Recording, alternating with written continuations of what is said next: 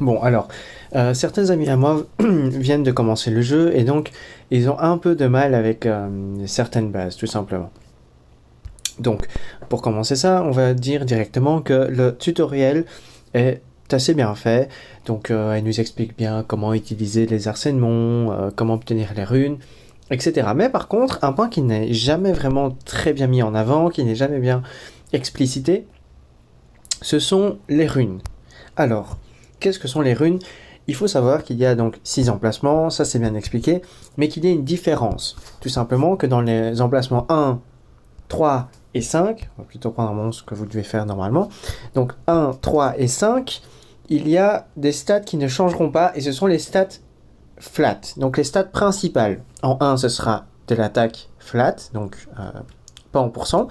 En 3, ce sera de la défense, et en 5, ce sera des points de vie. Donc ici, il n'y a pas de propriété spéciale en dehors des sous-stats, des subs, bien entendu. Alors, par rapport aux runes 2, 4 et 6, il y a quelque chose de spécial. Petite parenthèse, elles peuvent toutes avoir des statistiques principales de défense, d'attaque ou de points de vie. Alors, ici, la propriété qui est un peu spéciale, qu'on ne peut avoir nulle part en statistique principale, c'est la vitesse. C'est très intéressant puisque même des subs extrêmement bonnes ne pourront jamais être plus élevées que cette propriété ici, en principal, si elle est 5 ou 6 étoiles, donc 39-42, au niveau maximum de la rune, bien entendu. Ici, les propriétés principales que l'on peut avoir, qui sont un peu différentes, ce sont les runes taux critique et dégâts critiques. Je vais revenir là-dessus dans un petit instant. Et ici, pour les runes en 6, on peut avoir de la résistance et de la précision. De la précision, si c'est une vraiment très très belle rune, ok, vous pouvez la garder. Pour la résistance, je vous conseille de les vendre. Parce que, oui, en very late game, il y a moyen de faire de très beaux runages avec ça. Mais en early, en mid et en début late game, c'est très dur d'avoir des bonnes runes avec... un bon runage avec une statistique comme celle-là, donc de résistance, parce que le reste des runes doit compenser les statistiques qui sont mises en résistance, et c'est assez compliqué. Donc, mon petit conseil au début, ce serait de vendre ces runes pour avoir plus de mana, pour mieux pouvoir améliorer les autres runes et progresser plus rapidement. Revenons maintenant aux runes 4, qui possèdent les statistiques, le taux critique et les dégâts critiques. Alors, pourquoi ces runes sont assez intéressantes, les dégâts critiques? Parce que le dégât critique va permettre d'augmenter vraiment drastiquement les dégâts. Ok, ça on l'a compris. Le taux critique, c'est un peu comme la résistance et la précision. On préférera d'autres statistiques à la place parce que c'est très dur d'avoir un vrai bon runage. Au début en tout cas. Après, il y aura vraiment moyen de faire quelque chose, mais c'est vraiment beaucoup plus tard dans le jeu. Donc, à part si la rune est vraiment magnifique, vaut mieux la vendre. Alors, en dégâts critiques, il y a beaucoup de personnes qui voient que c'est vraiment une très bonne statistique qui augmente les dégâts. Donc, prenons un Nuker, par exemple, ici Théomars, que tout le monde possède. Ici, on voit que c'est en dégâts critiques, oui. Mais parce qu'il y a assez... Bon, ici, il est spécial, prenons plutôt Shao. Ici, il y a du dégât critique, mais on voit qu'il a 79% de dégâts critiques. Donc, il va mettre quand même pas mal de coups critiques, on est d'accord. Là, ça en vaut la peine. Maintenant, si on prend un monstre qui est mal runé, donc qui a par exemple 50% de dégâts critiques, ça ne vaut pas la peine de le runer en dégâts critiques. Vaut mieux le runer en attaque, pourcent en tout cas. Pourquoi? Parce que ce sera une base de dégâts, stable, sur laquelle on pourra compter. Si maintenant vous prenez une rune dégâts critiques, alors que vous n'avez que 40% de taux critique, ça veut dire que vous comptez sur la chance dans un jeu de stratégie. Donc au début en tout cas, ça va pas permettre de faire avancer le compte ni les monstres. Plus tard, sur certains monstres, pour rigoler, pour tout ce que vous voulez, ça peut être intéressant. Pour le moment en tout cas, moi je préconise vraiment d'avoir plutôt de l'attaque pourcent plutôt que du dégât critique avec trop peu de taux critique. Donc la valeur la plus basse sur laquelle la plupart des joueurs s'accordent à dire, c'est pour un nuker, 70% c'est vraiment le strict minimum. Bien entendu, on essaierait d'aller chercher vers le 100%, mais c'est quand même assez compliqué au début. Donc vraiment 70%. Si vous avez moins que 70%, mettez de l'attaque % et gardez vos runes dégâts critiques. Vous ne perdez rien, c'est juste mettre en stock en fait, tout simplement. Alors, il faut savoir que les runes, en règle générale, si vous avez des bonnes statistiques, il faut aussi qu'il y ait de la vitesse. En règle générale, c'est ça. Parce que la méta du jeu, aujourd'hui, donc, quelles sont la ligne directrice du gameplay du jeu, veut que ce soit la vitesse qui soit importante. Donc, pour faire simple, pourquoi la vitesse ? Parce que ça, c'est vraiment caricaturer la stratégie, mais si vous jouez avant, et que votre équipe arrive à tuer l'équipe adverse sans que celle-ci n'ait joué, vous gagnez obligé.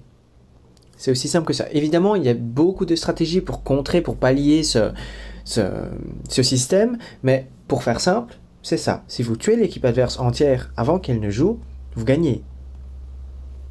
Donc, on va essayer de faire un petit exemple. On va voir s'il y a quelque chose d'assez intéressant en arène, ici. Bon, ici, par exemple. Je ne vais pas développer mon équipe aujourd'hui, en tout cas.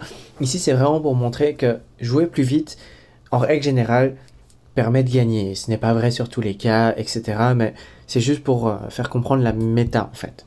Donc ici, mon équipe est plus rapide. J'expliquerai peut-être plus tard pour les nouveaux joueurs. Donc ici, je joue avant. Je décime son équipe adverse, en tout cas les monstres les plus importants. Donc ici, je me retrouve à 2 contre 4 et ils n'ont plus de points de vie, donc je gagne. Que je perde un monstre ou pas, ici je viens de mettre sur play parce que j'ai gagné, il n'y a aucun problème. Donc si vous trouvez des runes avec de la vitesse, au début, ça peut être très intéressant de les garder. Voilà. Maintenant, par rapport à comment obtenir des runes, alors, je vais vous dire que jusqu'au géant 8, c'est un peu, c'est à vous de vous débrouiller parce que chacun aura un compte, aura des monstres, aura des runes différentes. Le début est un peu propre à chacun, comment chacun suit le scénario. Mais le géant 8 n'est pas très dur, entre guillemets, à atteindre, à réussir. Donc, moi je vous conseille déjà de prioriser Véromos et Belladéon. Ce sont deux monstres extrêmement utiles, et si vous le pouvez, Bernard, ici. Ok ? Donc, de les mettre 6 étoiles, Bernard un peu moins une priorité en 6 étoiles, mais les deux autres, en tout cas, oui, ça en vaut vraiment la peine de d'abord les mettre 6 étoiles. C'est un peu comme... ok, au début, ça va vous servir énormément, vous n'aurez pas l'impression que ça vous aide, mais ça va vous permettre d'avoir de très bonnes runes, qui vous permettront de runer les suivants beaucoup plus rapidement que si vous aviez runé un monstre qui ne sert pas à farmer. Parce que avoir des monstres très puissants, mais mal runés, équivaut à avoir un mauvais monstre, en fait. Le jeu ne se base pas à 100% sur les monstres, mais beaucoup plus sur les runes. Donc c'est plus important d'avoir de bonnes runes que de bons monstres. Parce que comme c'est un jeu de stratégie, aucune équipe n'est parfaite, on peut équilibrer, on peut vaincre par rapport aux stratégies ou aux bonnes runes. Alors, comme je le disais ici, il faut réussir à faire le géant 8 pour ensuite réussir à faire le géant 10. Donc, le géant 8 octroie les runes qui permettent de faire le géant 10. Rapidement, un petit résumé, peut-être que j'entrerai plus dans les détails si vous le souhaitez dans les commentaires plus tard, sur les autres donjons comme la tanière du dragon au Nécropolis. Alors, le géant, il faut farmer du géant 8 pour avoir les runes du 10 et farmer le 10. Donc ça vous permet d'obtenir les runes rapides, ici, Swift, ou alors les runes désespoir, qu'on ne trouve qu'ici, qui sont assez intéressantes en tant que premier set dans le jeu. Les rapides en tout cas. Comme je vous ai dit, ça permet d'aller plus vite. Si vous allez plus vite que l'adversaire, vous gagnez. Bon. Évidemment, ce n'est pas vrai, je le répète encore, mais pour commencer, c'est vraiment beaucoup plus simple de penser comme ça. Ensuite, le dragon est plus compliqué que le géant. Donc, le géant 10 vous permet d'obtenir les runes pour faire le dragon 10. Donc, pourquoi ? Parce que plus vous allez vite, plus vous allez pouvoir vous soigner, plus vous allez pouvoir frapper, même s'il a une immunité. Donc, une immunité empêche le dragon d'avoir des effets négatifs sur lui. Donc, si vous lui faites des dégâts, peut-être que je vous montrerai une autre équipe possible comme première équipe de dragon, mais en tout cas, les runes du géant 10 permettent de faire le dragon 10. Alors, si maintenant vous arrivez à faire les deux et que vous voulez vous mettre au nécro maintenant, bon, c'est beaucoup plus tard, mais pourquoi pas. Alors, moi, à ce moment-là, je préconise plutôt de faire du dragon 10, parce que en nécro, la vitesse est limitée. Donc, si maintenant vous prenez les runes rapides en soi, vous allez donner des statistiques qui auraient pu être mises, qui auraient pu être interchangées avec des statistiques qui auraient été plus propres, plus efficaces en nécro. Vu que la vitesse est limitée, je vous le dis, à 135 normalement, monter plus haut que cette vitesse, c'est du gâchis des statistiques qu'auraient pu vous offrir les runes. Donc, en nécro, qu'est-ce qui peut servir? Il faut avoir du multi-coup, frapper beaucoup. Donc, le dragon offre des runes, ici, violentes, qui vous permettent d'avoir 22% de chance de jouer une seconde fois avec votre monstre. Donc, si vous avez une équipe complète en violent, donc 5 monstres qui ont chacun, à chaque tour, 22% de chance de rejouer, ça va rentrer dans un cercle où ça joue beaucoup plus que ce que ça ne devrait. Et donc, là, évidemment, ça va être beaucoup plus efficace. Alors, pour une première vidéo par rapport aux runes, je pense avoir fait un peu les premières bases.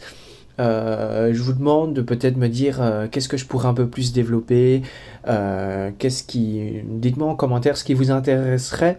Ici, c'est vraiment le thème des runes, parce que mes amis, en tout cas, n'avaient pas très bien compris cela, donc je remets un peu plus ça en avant.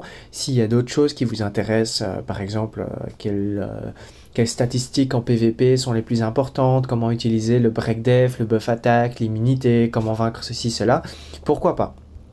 Donc je vous laisse libre de commenter, de me dire peut-être qu'est-ce que je pourrais améliorer dans ma vidéo si ça vous a plu. Voilà, tout simplement, je vous souhaite une bonne journée, bon après-midi, bonne soirée. Ciao ciao.